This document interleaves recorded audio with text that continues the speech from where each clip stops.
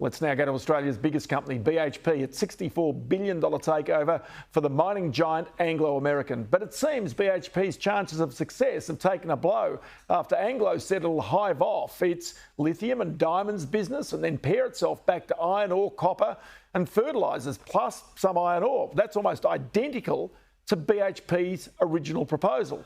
Well, James Whiteside is the head of corporate metals and mining at the Energy and Renewables Research House, Mackenzie, and joins me now from London. James, many thanks for your time. But BHP's bid, is it all done and dusted? They've been rejected, and it seems as though their idea is simply being nicked by Anglo American. Absolutely not. I mean, from a dollar value perspective, BHP's bid looks more attractive by the day. I've just looked at BHP's share price this morning. It's up again. And it's back to the level it was when the offer was announced. Kumba's come back, Amplats has come back. So from an Anglo shareholder perspective, actually the effective consideration is 14% above where Anglo's market valuation is today. If BHP were to go higher, it could be the knockout blow. So that being the case, I notice also even in this past few weeks or so that the copper price has taken another leg up. So there's no shortage of demand for copper, and that is the absolute key to this takeover, isn't it? Absolutely. BHP see their ability to unlock the value in Anglo American's copper pipeline. So the value there has only gone up as the price has gone up.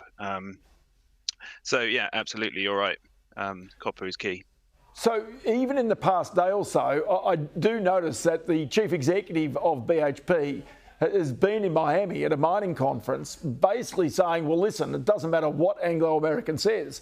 We think we are the right organisation to be able to implement the hive-offs, the carve-outs of these businesses, because if we've done it so often with our petroleum assets, with South 32 that they created. So, you know, does it come down to who's the better deal maker, who wins the shareholder support? Well, absolutely. You know, over the past 10 years, BHP has gone under the most radical transformation we've seen. Anglo is proposing a more radical transformation and in a shorter space of time. BHP have proven their ability to do that. That's not to say Anglo wouldn't be able to achieve good valuations for what they're trying to sell off. But BHP have definitely done it before. And actually, Anglo are going one step further. You know, they're carving out almost half their business and going back to just really two core commodities with one greenfield option out there. So where does Rio Tinto sit in all of this, do you imagine, James? Because it's sitting in the wings. It can't be a bit player because, of course, this is becoming a scale game to try and participate in the energy transformation that's taking place around the world. I think Rio Tinto would be looking on from the sidelines and not looking to get involved. It has its own greenfield and brownfield copper opportunities. It sees the value that it's created through its organic development, and I think that would be its preferred route. And you know, it is a very complex transaction. Where they see they could play in that, I don't know.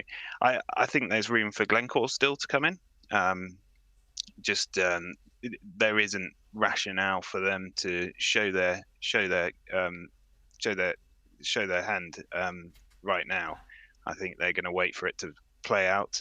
BHP makes another bid, and then they see where they sit versus that valuation that BHP propose. But what it does show also, at a time when maybe people might question the future of mining, it absolutely becomes vital to the energy transition. In Australia, around the world, these minerals become, well, critical, as it were. Yeah, absolutely. And, you know, becoming more and more focused on a few core commodities is where mining companies want to be. Rationale behind that, the valuations that companies get. You know, we've seen real capital constraints for coal miners. We might see that play into other commodities that aren't energy transition focused. And mining companies, you know, they're incentivized by total shareholder return.